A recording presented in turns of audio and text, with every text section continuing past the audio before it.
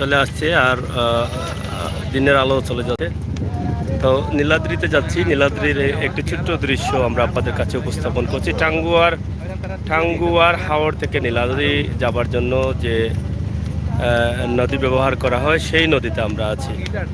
তো আশা করি আপনাদের ভালো লাগবে। আমরা নীলাদ্রির কিছু ভিডিও আপনাদের জন্য চেষ্টা করব তৈরি করা যায় কিনা, তৈরি করে দেব। তবে এই এলাকাটি আসলে ইন্ডিয়ার পাশাপাশি ইন্ডিয়ার মেঘালয়ে এলাকা। আপনারা দেখছেন ইন্ডিয়ার পাহাড় একদম পাশে রয়েছে এবং বাংলাদেশের সীমানার সাথে ইন্ডিয়ার মেঘালয় সীমানা রয়েছে। আমরা আপনাদেরকে দেখানোর চেষ্টা করছি নীলাদ্রি এলাকা, হাওর অঞ্চল, সুনামগঞ্জে তাহিরপুর উপজেলায় আমরা এই মুহূর্তে অবস্থান করছি। তো যে নদীতে আছি সেই নদীর নাম কি চেয়ারম্যান সাহেব? এই নদীর নাম কি? পাতলাই নদী। পাতলাই নদী। তা আমরা টাঙ্গুয়ার হাওর থেকে কত সময় লাগে নীলাদ্রি যেতে এই নৌকায়? 1 ঘন্টা লাগবে। তো যাই হোক, 1 ঘন্টা না, আরও না, সর্বমোট 1 ঘন্টা। সর্বমোট 1 ঘন্টা।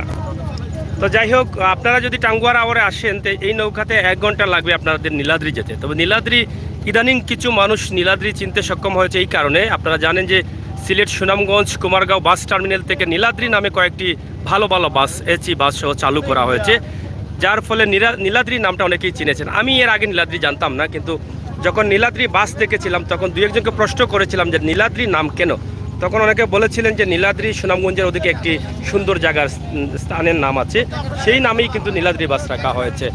তো খুবই সুন্দর নাম, চমৎকার নাম। নীলাদ্রি বাস ভালো সার্ভিস দিচ্ছে। তো আমরা আছি ইঞ্জিন নৌকায় প্রায় 40 মিনিটের মতো হয়ে গেল। তো আরও 20 মিনিট লাগবে, আমরা পৌঁছে যাব হয়তো নীলাদ্রি এলাকায়।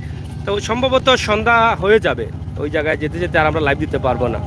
তো আজকে আমরা যারা ছিলাম সিলেট হাউজিং স্ট্রিটে একটি ক্লাব হচ্ছে, আপনারা জানেন যে করোনা যোদ্ধা ডাক্তার শহীদ মঈনুদ্দিন গরিবের ডাক্তার হিসাবে অনেক পরিচিতি ছিল। তিনি করোনায় মারা গিয়েছিলেন এবং সেই ডাক্তারকে স্মরণ করে রাখার জন্য ওনার সাথে যারা চলেছিলেন, আন্তরিকতা যাদের সাথে ছিল, যাদের ভালোবাসা ছিল, তাদের ভালোবাসা বুকে ধারণ করেই কিন্তু তারা শহীদ ডাক্তার মঈনুদ্দিন জগিং ক্লাব করেছেন। সেই ক্লাবের উদ্দেশ্যে কিন্তু আজকের এই বনভোজন পিকনিক ধরে নিতে পারেন।